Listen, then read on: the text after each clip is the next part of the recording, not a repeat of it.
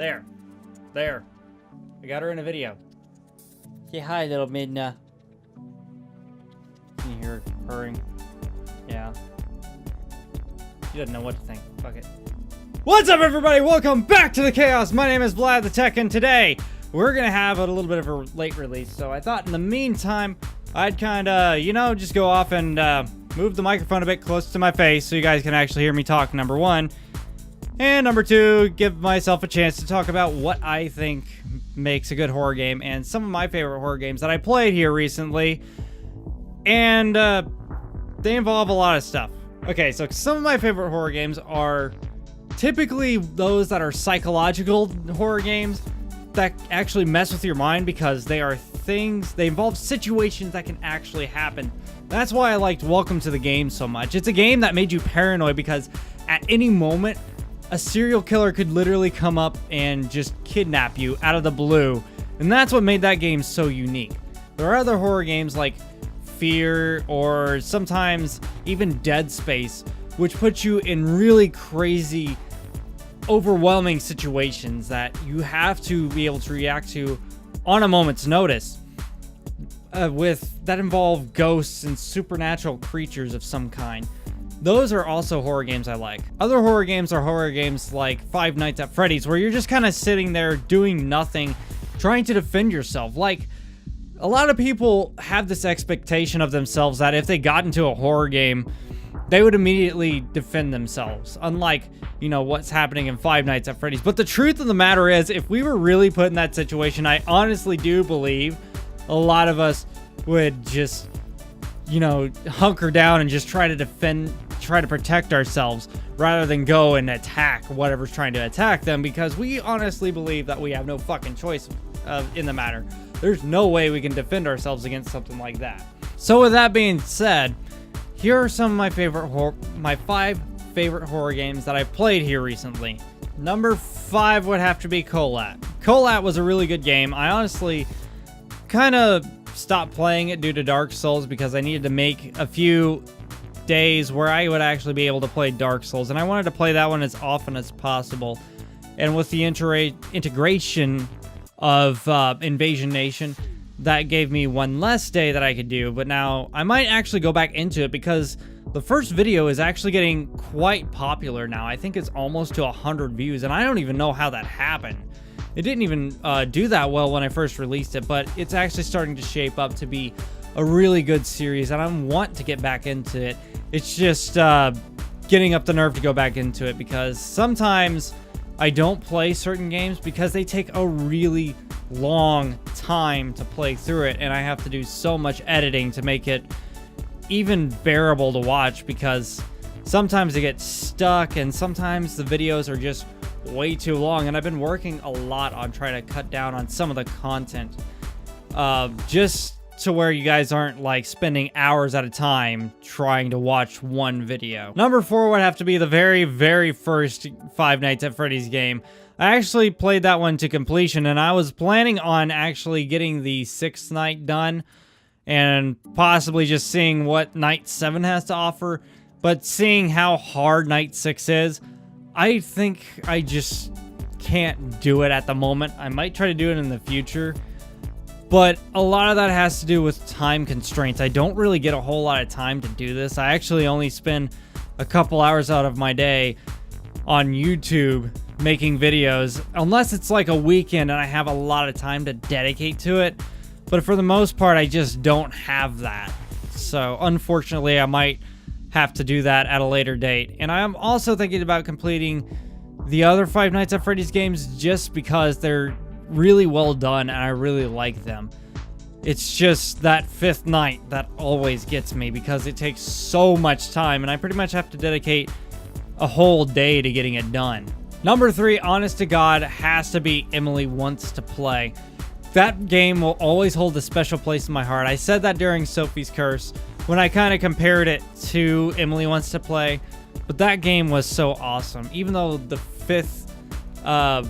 final episode of Emily Wants to Play, I kind of fucked up, and I admit that. I was actually going to mention that in one of my Five Nights at Freddy's playthroughs, but I had just got done adjusting my setup and getting it all cleaned up and everything, and I put the mic on, and I didn't know this, but at the time the mic was facing the wrong way. It was recording everything coming out of, well, let me kind of lift the mic.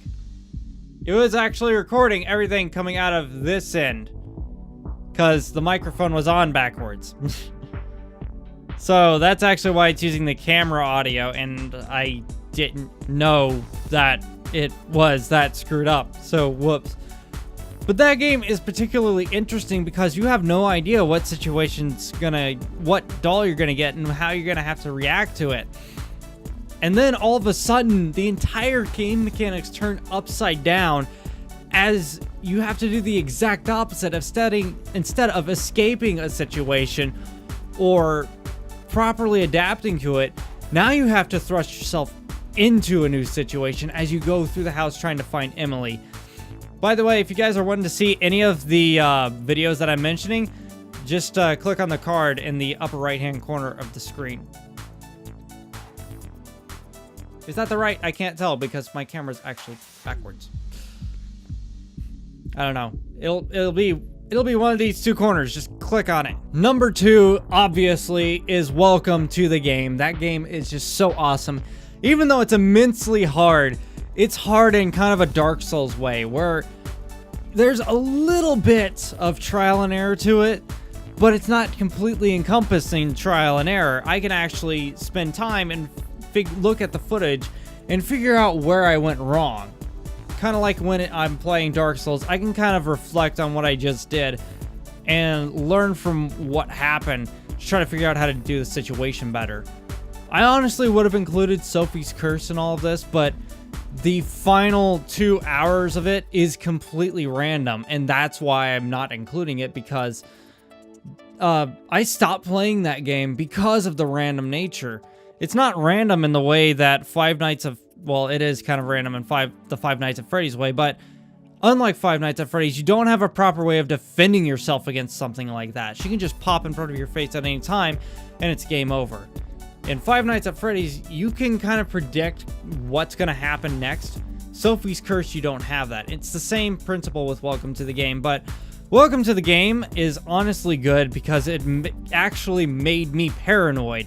It's a horror game that is completely unique in that aspect, as to where you're constantly questioning what's going on in the game. And that's why I love it so much. And that's why I haven't stopped playing it yet. And I am going to do another video on it. It's coming. It's just finding the time to do it, which will probably be Wednesday for me, which will be probably Thursday for you guys. Just don't hold me to that because sometimes I forget. Sorry. Number 1, even though it was kind of an indie game and it wasn't that long of a game, I have to tip my hats off to Notes of Obsession. That game was just so beautifully made, and it had a lot to offer even though it was so short. And it's just so amazing what 17 students going to school for game design can do. It's an incredible feat of programming, and it's just such a beautiful game.